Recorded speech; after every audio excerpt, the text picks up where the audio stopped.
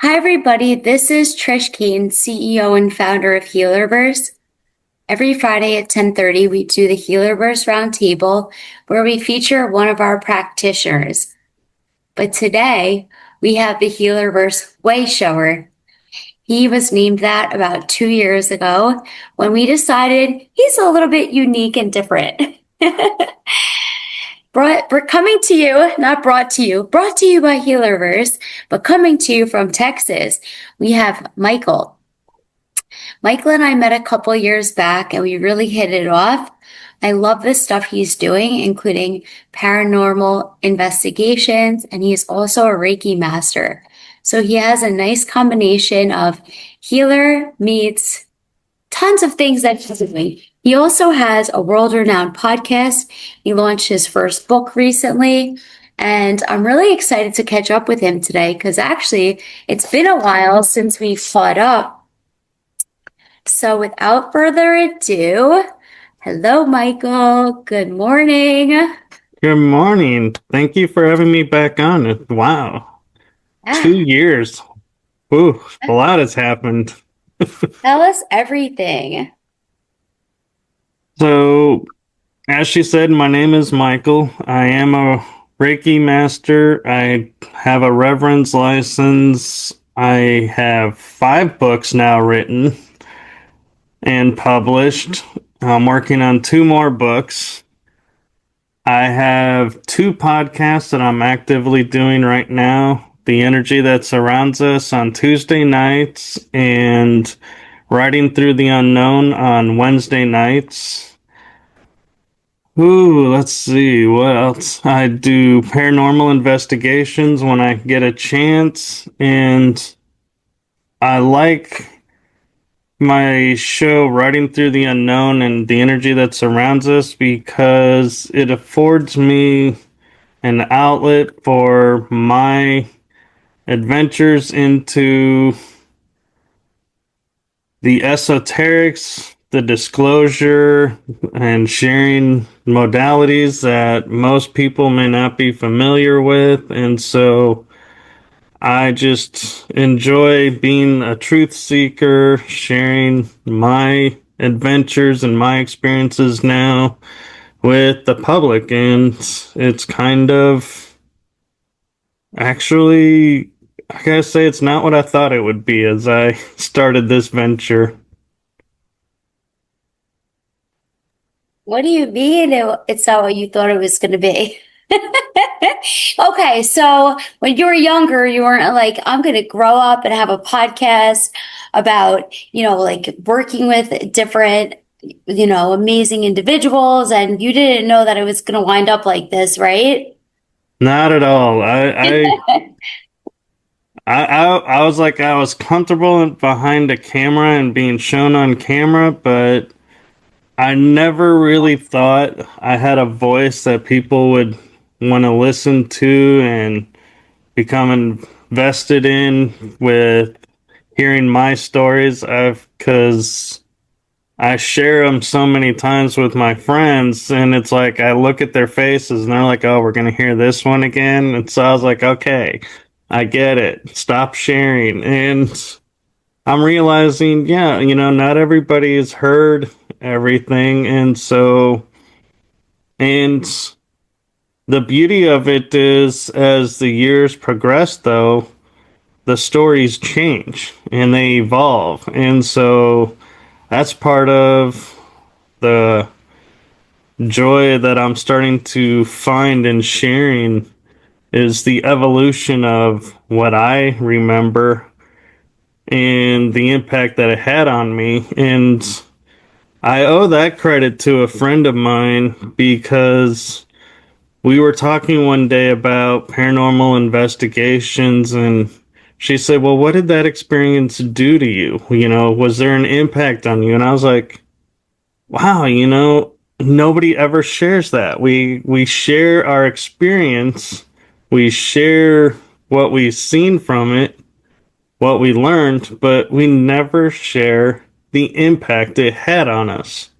And so the past year I've been kind of, when I get the opportunity, sharing that impact and making it a more deeper connection.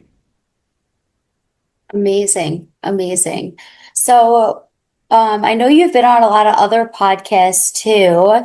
How did you get into all this? Like, tell us, do you mind telling us a little bit about where you started, what happened, and what you're doing now? I would love to hear that.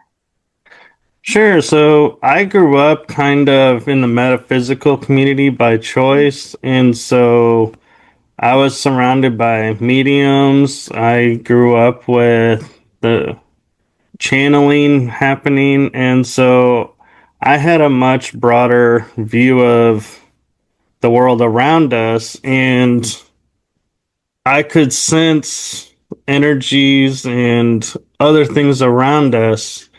And so I just thought it was everybody was like that. That was the norm to me. And so as I started talking to friends that I call my mainstream friends, they all would look at me like, you are 2 steps away from the loony bin. What in the world are you doing? And so I was like, okay, survival mode. Share to specific people, not to everybody, certain things. And so I kind of, in a way, grew up with two masks, you could say. One mask was that I put on for my friends at school and how I survived the daily life. And then I would put on the mask when I was around my quote metaphysical friends where I could be myself. And so I started having these two personas, and I was approached while I was actually on a retreat to learn to communicate better and to share feelings better. It was the Mankind Project, and a paranormal investigator reached out to me and he's like, "Hey, do you have an interest in the paranormal?" And I was like, "Yeah, but what you're talking about only happens on TV. So, I don't know what you're looking to do." And he's like, "Oh no, we do this." And I was like, "What?" And so as soon as I left that event I was at, I went on my first paranormal investigation and I got hooked. I was like, man, I get this world. I get this. And the funny thing about it is everybody that I was talking to in the paranormal, I was like, you realize this is metaphysics, right? And none of them understood metaphysics. And I realized, huh, growing up metaphysical, I kind of grew up paranormal because paranormal I learned along the way is the aside from the norm. It's the unexplainable. And metaphysics to a lot of people is unexplainable. So I was like, hey, I can merge these together. And so then after one investigation, a few months into being with this one team, I was approached by a podcast network host creator, and he's like, "Hey, I want to give you a show."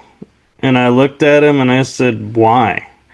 I don't know anybody. Nobody's going to want to listen to me. I have no street cred, or I have no, knowledge of who to talk to, what any of this is about. I'm so new. What could I offer?" He's like, "Oh no, you'd be great. Trust us." And I was like, "Nope." So I turned it down.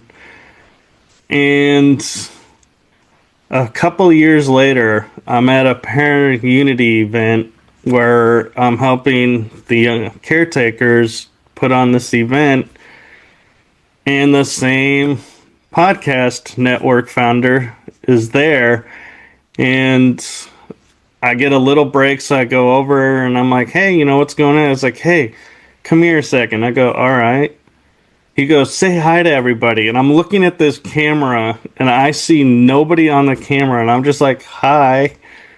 And then somebody walks up and pulls me aside, and I had to go show them something. And I come back, and they're putting everything away.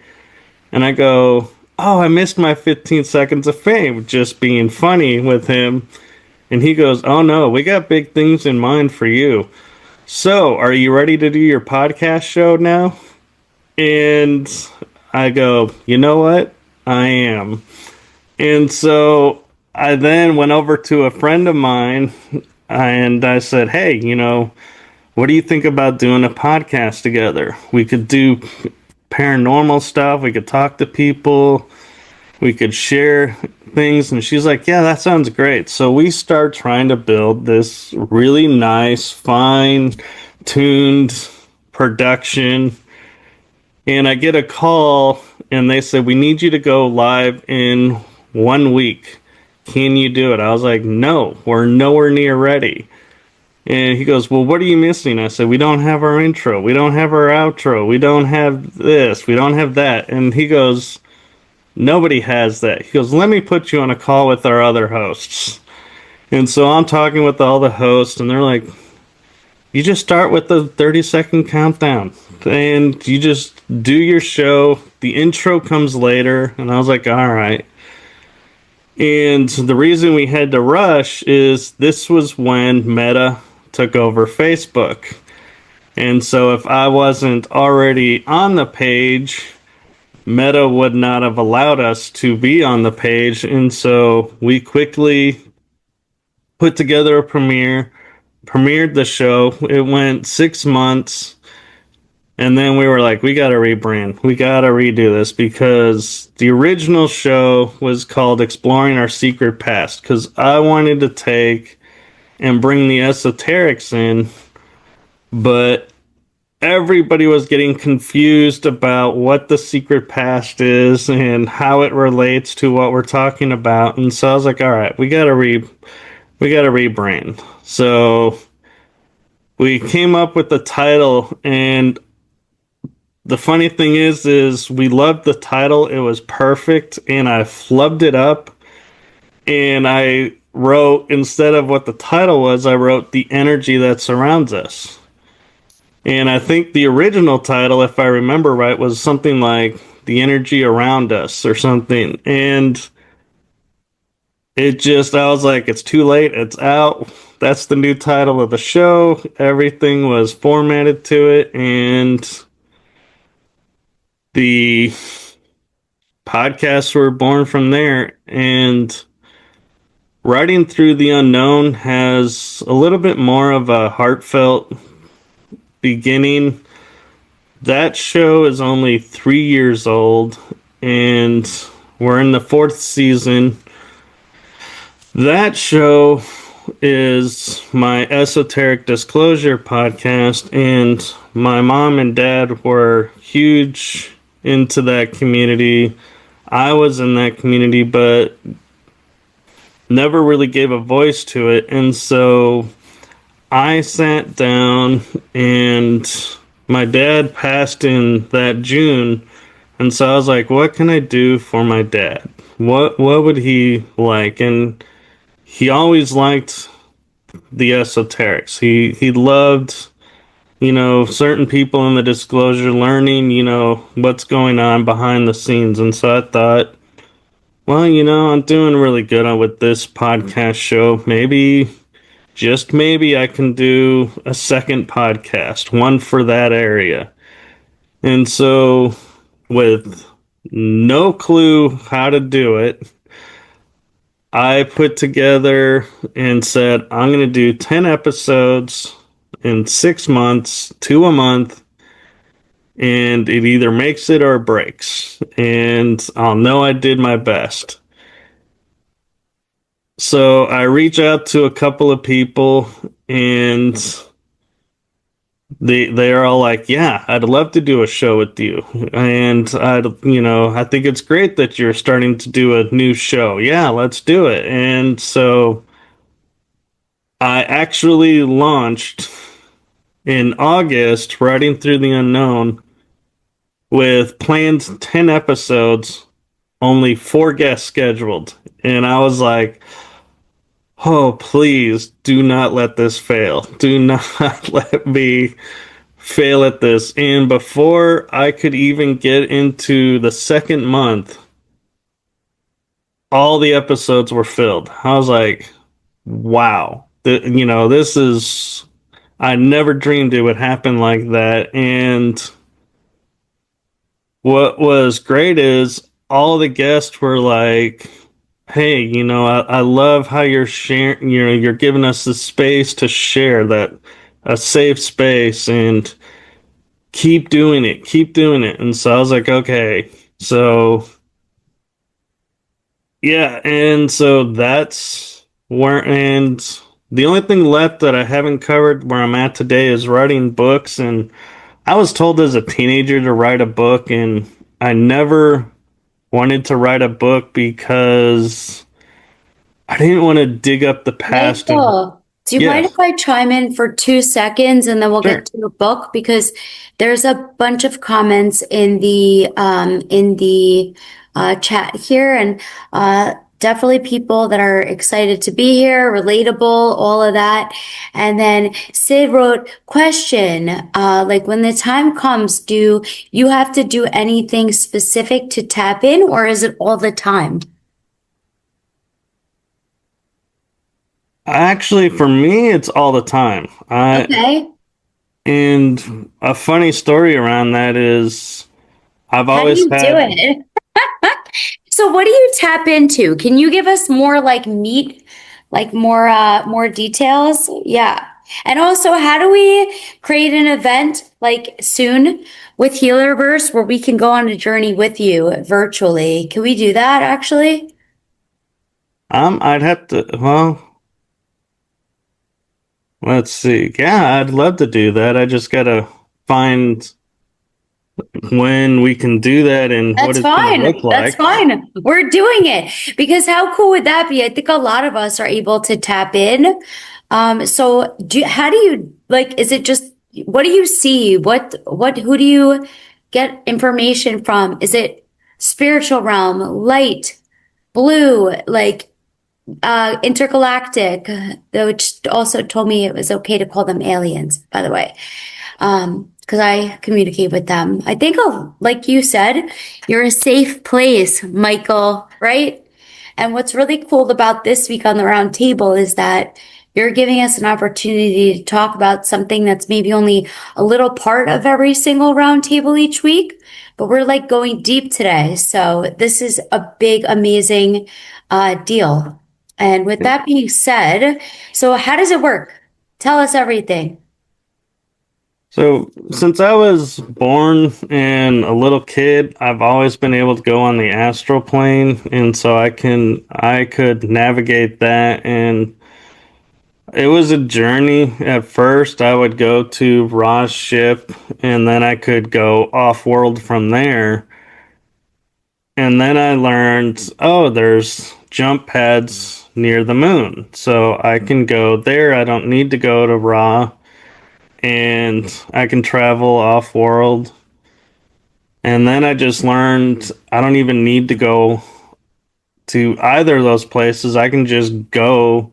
And so for me, it's always been a natural ability to leave my body and travel through energies to communicate with other beings, other cultures out there, or go anywhere on the planet. And one thing, though, I will say is I have led a guided trip one time to, I think it was either the moon or Mars, where I took a small group of people and we, under guided meditation, went there and experienced what it was like there and then came back. And when I do my shows, a little secret I'll let you all in on, a little nugget. I have no questions for my guests. I never do questions because I find them too distracting. And a lot of the questions are channeled information through because I used to go back a couple of shows when I first started and I was watching when it was just me. And I was like, where did that question come from? I have no idea where that came from. And I realized that I was still channeling. Yeah. So you mean you don't prepare the questions, they come naturally. Right. That's the best. Yeah. Natural and organic. I love that, Michael. Because I guess like whatever's meant to be revealed in that particular moment is what comes through for you to be able to like let it out, right? It is. And what's interesting is, as I mentioned, growing up around mediums and channels, I was like, everybody was looking at me and going, so when are you going to channel? I was like, oh, I feel it's coming. And then as a teenager, I was like, I'm going to be a teenage channeler. And I would sit there and I'd put so much pressure and so much focus on it. And the universe was like, nope, we're not having this. You're not channeling this early. You're not ready, I guess. Or maybe it was because I was trying too hard. They were like, nope, it's gonna go easy for you. And what happened is I was talking with some friends when I was in my 20s, and all of a sudden I started talking, and it was like my voice was altered, and they all looked at me and they go, when did you channel? When did you start channeling? And I was like, what are you talking about? I don't channel. I've tried. I can't do it. And they go, you just did. And I was like, what? And so for a while in my 20s, I would channel. And one experience that I had that stuck with me is you always wonder, am I really doing this? Am I really sharing stuff from another culture out there or another group? And I was channeling a group, they call themselves as Guardians. And a friend walked up to me after one of the sessions because I never remember what I say and share. And she goes, your eyes changed colors. They were not your eyes. And in that moment, I realized I channeled because Yeah. that was like the validation I needed. And I had the personality, as you know, Trish, from our conversations. I'm laid back, easygoing, and share information as it comes. Well, my friends started wanting more and more and started like going, we want this, we want that. And I was like, look, I'm not a guru. I'm not a, source of this. We're just doing this, just for practice and just for kind of fun. And Yeah, I this ended is like up, real. I feel like it's natural what you're doing, and a lot of the conditioning and like society and different upbringings in this human reality maybe changed our natural state of consciousness. And this is consciousness, what you're doing, and natural. Like, yeah, do you speak? I have a few questions. Do you speak light language, you know, I, or do you like I, I, communicate I with like that others? you Just asked that yeah. because there are times when I'll be by myself and I'll start to say something and I'll be like, I don't even know what language this is. I don't even know what I just said, but I feel better. And so I'm like, I'll go Oh, with it. And so it could be light language. I don't that's know. amazing. But I did that when obviously, I was a kid. When I was a kid, I would say like, quote unquote weird things. And like it just activating my throat chakra and almost like screaming it in front of everybody, like just felt so good. And then I'm going to just go back a little bit to Michael because a lot of people are really, everyone's enjoying this right now. Sid said, have you ever entered a state where you can move your body or move your 3D body also when speaking to the other dimensions who are normally speaking? Have you entered a state where you can move your 3D body. Sid, do you want to pop on and explain that a little bit? Sure, as I feel like just Awesome. Thank another you. thought. So Yeah. when you are in your channel and when you've taken these trips, have you manifested altering this matter, this body, and entered into the other dimensions? Wow, that's a good question. I'm not sure I ever thought about that. There are times where I may have like a sore like arm or shoulder, and then I'll go and channel, and when I come back, it's completely fine, normal, as if nothing's happened, or actually could be even better than it was before. And so there is that aspect. And one thing I'll mention too with being on the astral is people don't realize this, but we are creator beings. And so on the astral plane, we can create worlds, or we can create different aspects out there. And so one thing that I did was I created a little pocket universe that when I am traveling at night, if I get hurt or I get low energy, I go over to this pocket universe that only I can find. It's shielded from everyone. And I have a pyramid with 4 obelisks that has water, and it's like a little planet that's just my planet. And I'll enter in to the pyramid, and then my body will just kind of float in the air, and I can feel electricity in the air and all the elements combining, almost like you could say like avatar state energy, and it'll flow through my body, and it like re-energizes, heals the body. And so there are times where if I'm getting like 2 hours of sleep at night because I was up late, had to get up early, I can go to this world and go, hey, I need in 5 minutes the energy of sleeping 8 hours, and it'll happen.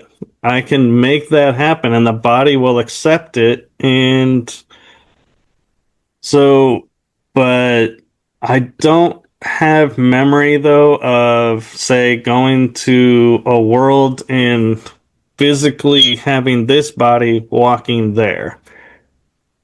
This is brilliant. I love this. So this is consciousness again, like just being, I feel like sometimes like, words weigh us down or thoughts or whatever. And I know when I first started doing work on myself, when I first got sober in 2014, there was certain things that I would say redundantly or whatever that I heard that I started repeating.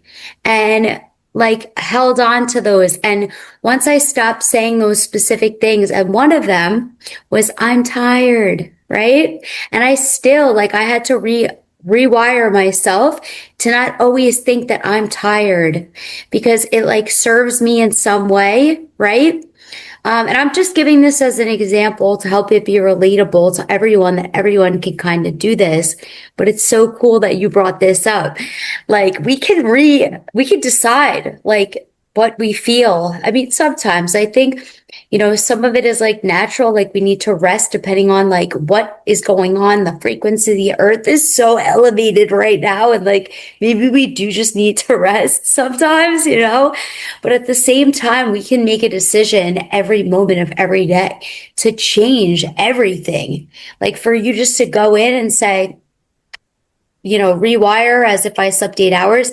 That's amazing. And taking the time to remember to do that is a huge state of consciousness and a huge reflection of how naturally tapped in you are.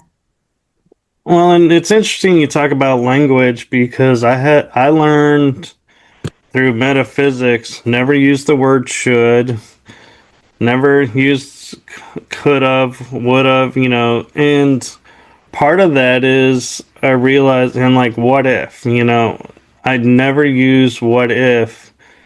when I think about things because I learned and realized those are entrapment words, and they'll put you in a cycle to where you will become in a loop, a never-ending loop of consciousness. And I know the universe is infinite in its energy, but it does weigh you down when you get stuck in these loops, and it's like you just kind of sucks the hope out of life and kind of takes and just drains your will. And so I always watch to be careful that I don't get caught up in those traps, because I realize so many things in our world around us are triggers for those. And so when I say, wow, I should have done this, well, then you go, well, if I should have done that, then I should have done that. And then I should have done, and you start rewiring everything you've ever worked on, everything you've ever learned. And it almost takes you back to square one. And now you're like, well, now I got to redo all this work, because now I got to take all the should haves out and accept the fact that I did what I did. And so now what I do when somebody will say, well, you should have done this, I said, well, I did the best I could with the information I had in the moment. And in that moment, I did what was necessary for me. Now I'm in a new moment, so I can change and make a different choice. But The theme of this morning for me in the entirety. I had an experience this morning where I had a big learning lesson. I basically said something to somebody and they went and copied my idea, right? And I have to, I want to move differently, do differently, but it's all lessons. It's all lessons. Okay, everything is so systematic. And if I want to do things differently, I can make changes every day, day in and day out. And my lesson this morning was to keep my mouth shut. You know what I mean? Sometimes I overshare. I'm an air sign. And literally, that's my lesson of this morning. So when you're saying it doesn't matter what happened yesterday, it doesn't matter what happened 5 minutes ago, you can't F up anything that's meant for you anyway, right? And but I can choose differently in every moment how I want things to go.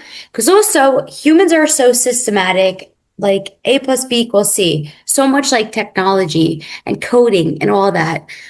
Everything is a system, really. So if I want to break my own system and create a new one, we can do that at any moment. It doesn't matter. We can just learn and do it at any moment. Do something different going forward. there is a key that I found finally after now 48 years of being on this realm that helps make that jump from societal to our true nature, to me, a little bit easier. And it sounds so simple to do, but it kind of at times can override our senses, and we have to really think about it and go, wait, is this true? And we hear a lot of the phrase, in order to grow, we need to be in the moment.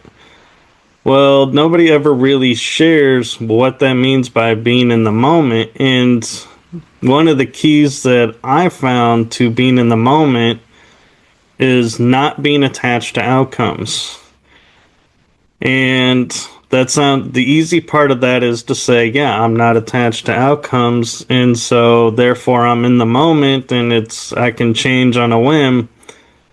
But you have to realize, in not being attached to outcomes, that means I'm not attached to everyone understanding what I'm saying today, or am I sharing too much? Am I not sharing enough? Am I being clear? I could come up with all these different scenarios where I'm then becoming attached to, oh my gosh, the outcome of this I'm now attached to. And so now my focus has shifted from the moment to how's this going to be received. Whereas when I stay focused on being unattached to the outcome, people can throw scenarios at me like, oh, this person said this, and I'm like, okay, so what are you looking to do? How did that make you feel? And I'm unattached, so I'm seeing everything third person, and even in my life I'm seeing things third person, to where instead of getting involved and entrapped by the emotional side of life and taking me out of the full moment, I'm experiencing everything and I can see everything unfold, and I'm like, okay, I can now process everybody's scenarios in a matter of seconds because I'm not attached. What comes, and which one has the best outcome for everybody. Okay,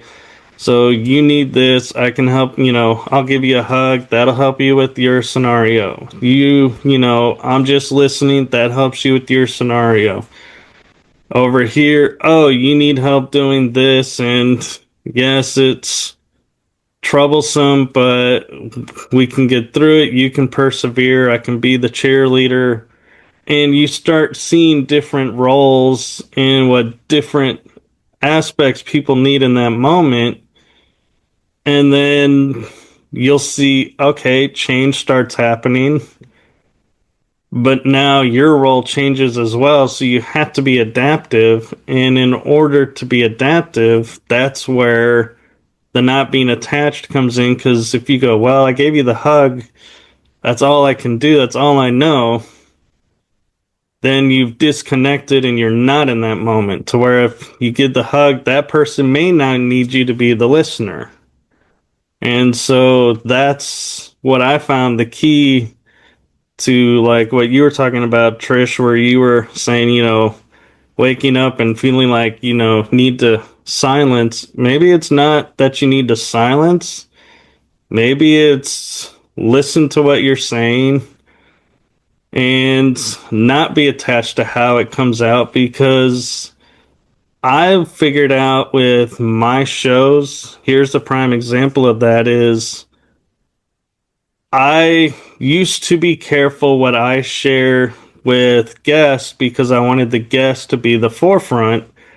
And so now I share my story along with the guest, and we go off topic, and I'm okay with going off topic. I've never been one for scripted shows, but the reason I do that is when we go off topic or staying on topic, the people listening are getting what they need. I'm not putting out saying, okay, we're talking about this today, this is what's needed. Instead, it's somebody may get value from this tangent that we went on. Somebody may get value from, this other tangent we went on. So I just let the information go, and who needs it hears it. Who doesn't need it, they're still hearing it. And I view it as the seed is planted in their mind, and it'll blossom later or not. But that's not my choice to make. That's up to them. So my advice to you, Trish, is never silence yourself because you think you're over. Just know that whoever hears it will hear what they need to hear, and that's all that you're responsible for. Thank you so much. Yeah, and I am grateful for this group on Fridays too, because it's always relatable to something that we're experiencing, And also like there's so much value every single Friday, like with whoever is on here is so deep and insightful. Like the Healerverse is such a powerful community and everybody is so intellectual, but like so different. And I love that so much. There's so much to learn, to relate to, and to grow with. And I'm going to change the topic for a moment. And I'm going to say to Marielle, say, go with the flow. I love that. And so when you went on your road tour, you remember your road trip? I do. Can you tell us about that? So my friend came over and we had places that we wanted to go and experience, and I'm more of a metaphysical paranormal investigator, so I get into the feelings of what's around, sensing what's around, and a much bigger picture. And I also look at, is this experience on the earth realm? Is it on a parallel earth realm? Another dimension? Is it, human that's now a spirit that we're dealing with? Or could it be an extraterrestrial posing as a human to try and see what first contact would be like? And so these are the thoughts that go through my head as I'm investigating. And we just wanted to go and experience places. And some places I was more in tune with than my friend was. And so I just would, say, hey, I'm going to go do this. And I spoke for myself and what I needed and was like, hey, I need to go do this. And one example is when I was in San Antonio. I went and we were staying by the Alamo. And my friend was going, I'm feeling kind of tired. I had just finished a show. I'm like, I'm going to go visit with a friend and I want to go experience this one area that he's been wanting me to go to. And it's this little forested area in the city. Well, as I pull up to the forest, I start to feel something, but I can't figure out what it is. So I'm like, all right, I'm open to the experience. I have my shielding on, so nothing will attach to me, so I don't have to worry about that. But something is different. And so as I'm walking with them and talking, I realize I can't see anything other than this bridge we're crossing, and the moon is above us. So I'm like, something is off.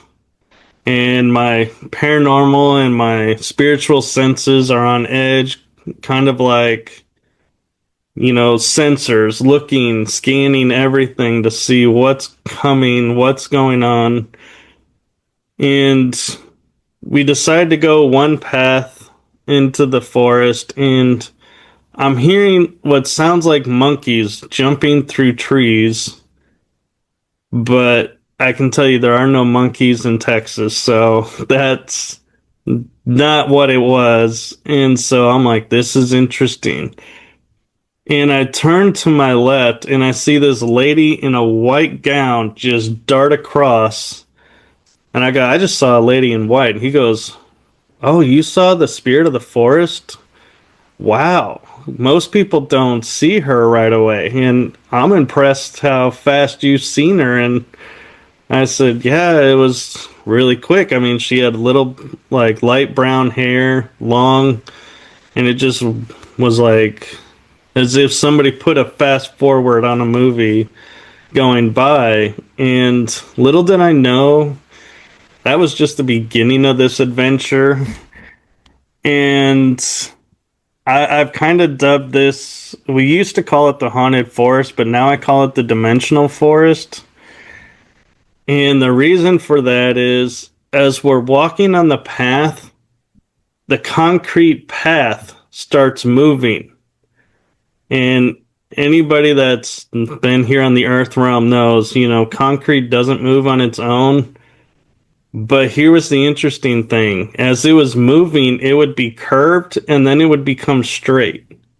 And there's no cracks, no breaks in the concrete. So that had my mind going, this forest is an illusion. What is the illusion here? What is going on?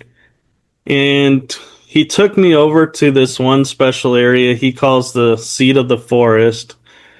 And we're sitting there, and he goes, now, can you get us out of here? And I was like, well, sure. It was like a 2-minute walk in.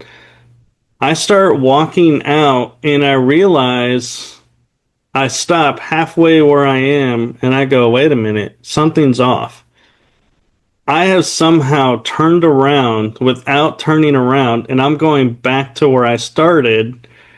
And so I realigned myself and said, no, the exit's this way. And I'm looking and I see the path and I'm like, okay, we get out.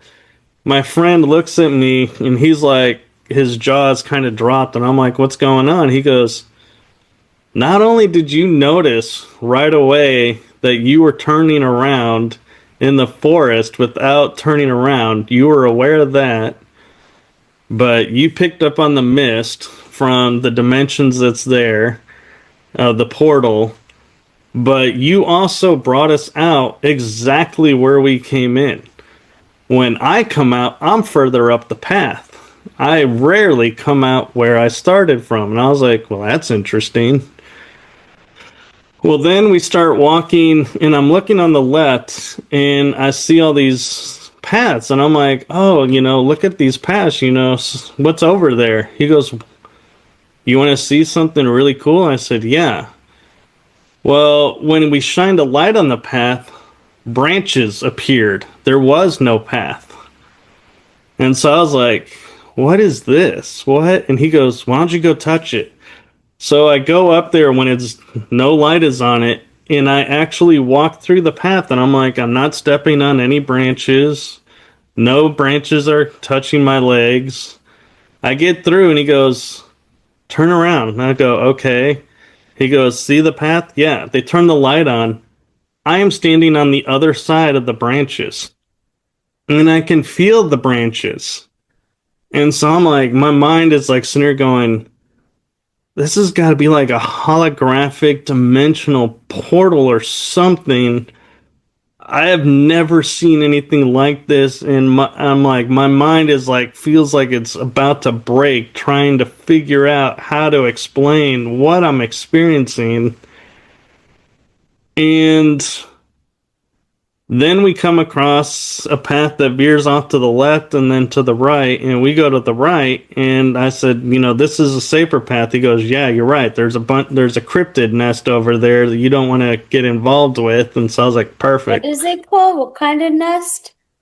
A cryptid. Wendigos were there, and they can be kind of Wendigos are creatures that walk on two legs, have like a face kind of like a wolf almost, and are very territorial and will attack anything that enters their territory, no matter what your energy is. And so I was like, we're gonna leave those alone. And I could feel them stalking us and watching us. And at one point I go, there's an entrance to Inner Earth. He goes, yeah. And when he shined the light on it, there was no entrance. There was no cave in these branches. And so I was like, okay. And then we crossed this one point and the energy shifted, and he goes, what do you feel? I go, I feel like everything is like bouncing around, almost like mirror. He goes, yeah, you're in the mirrorverse of the forest now. And I look up, and I kid you not, the moon, when we started, was over here. Now it's centered on me.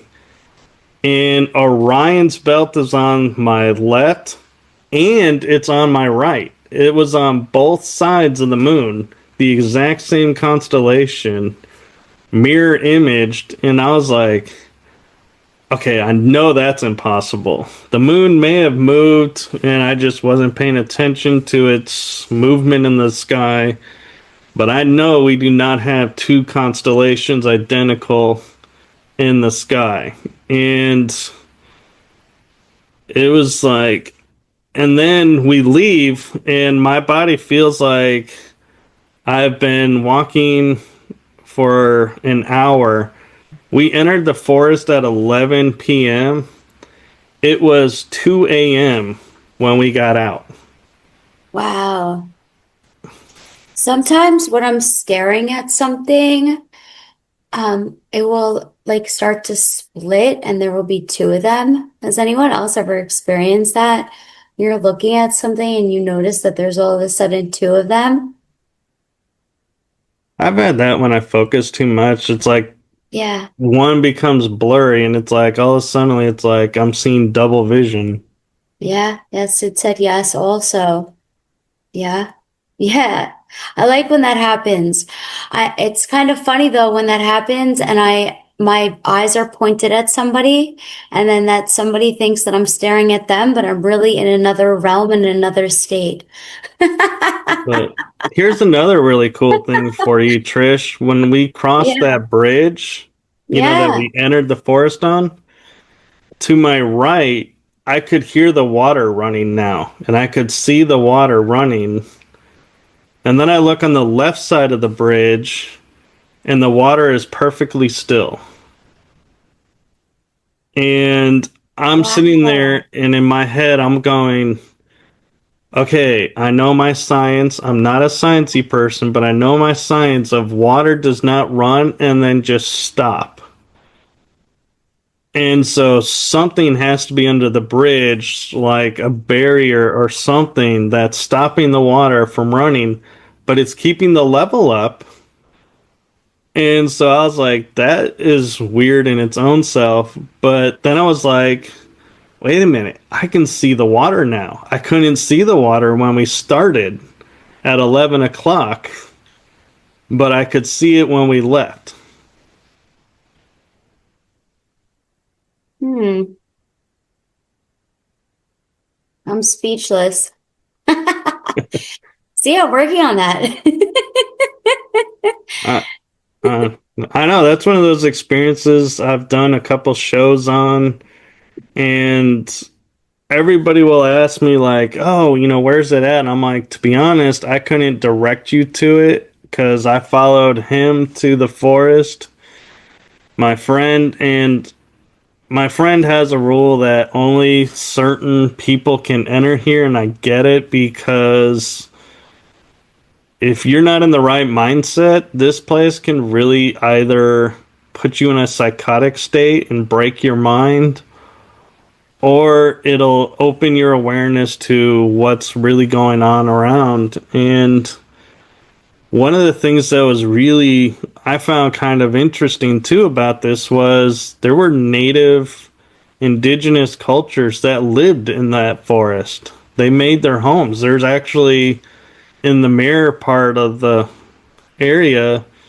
a homestead that was kind of demolished over time, but and not upkept. But I was like, could you imagine though living in that energy, what life would be like, having that energy as your normal, and then stepping into the real world, that, or what we call the real world, and being like, I don't, that to me is the interesting question. What would it be like to be going from the mirror verse to the virtual energy that shifts to what we call the normal, and being like, I don't know that I would ever want to leave that forest if that's where I grew up, because the energy being so different. And my friend has even said he has gone with two people, and one would start walking away and get like a couple feet from him and disappears. There's no sight of him whatsoever. They'll keep walking, and all suddenly, someone who was, say, 5 feet tall now is 8 feet tall and getting shorter as they come together and then unite. And oh, I forgot to tell you, Trish, there were shapeshifters in this forest. We would see people walking around, and then you would put a light on where they were, and it would be trash containers or an wooden archway. And I'm like, trash containers don't walk. Wood arches don't walk. So it's really cool to see these shadows morph into and become these objects. This is what was happening to me in 2020, actually. I started to finally see things, and it goes in and out, but like I haven't had that much, a little bit, a little bit. It started coming back again recently, actually. I'm like, finally, you guys are back. Like, what in the world, you know? Yeah. Do you think it has to do with the location or just because you guys set the intention, or do you think it's both? And then where do you think the person went that disappeared? That's a fully loaded question, but really. Well, the person actually, yeah, the person never actually left. It's our perception of them that they disappeared. They were there. They didn't grow 8 feet tall. It's just the energy distracted you, and so that was no longer your focus, so it just disappeared. And so it's like the branches that were blocking paths, but if you're not paying attention to them and saying, oh, there's branches here, you can walk right through and Wow. no problem. But when you're focused on, oh, there's branches there, then it's like, nope, your path is blocked. And that's kind of what I think the message of the forest was, is to watch where you're putting your focus, because if your focus is on, I'm in this 3D reality, which we're actually in 4D now, but we're in this 4D reality where this desk is solid, this chair is solid, this laptop I'm looking at is solid. It's going to be solid.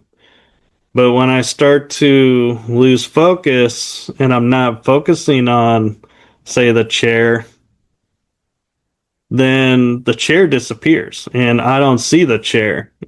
And it's like, even now, looking at the screen, I don't see my chair behind me, even though it is behind me. And if I was to take off my virtual background, you would see its wings are behind on both sides of my head. And so it's all in how we're perceiving and seeing the world around us, that things that we think are solid and that we believe are solid will be solid. And a great example of, I talk about in one of my books, truths in our reality that we just blindly accept. And one of them I like to point out is, we look at grass and we say, wow, grass is green. Well, I sat down and thought about it one day and I said, how do I know grass is green? How do we know that color is green? And somebody goes, well, science found that the frequency of the color green is bouncing back, so we see it as green. But then I started thinking, how do we know what the frequency of green looks like?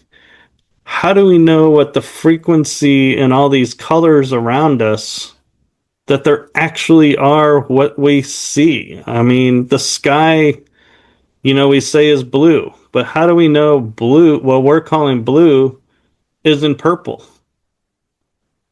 And so that, and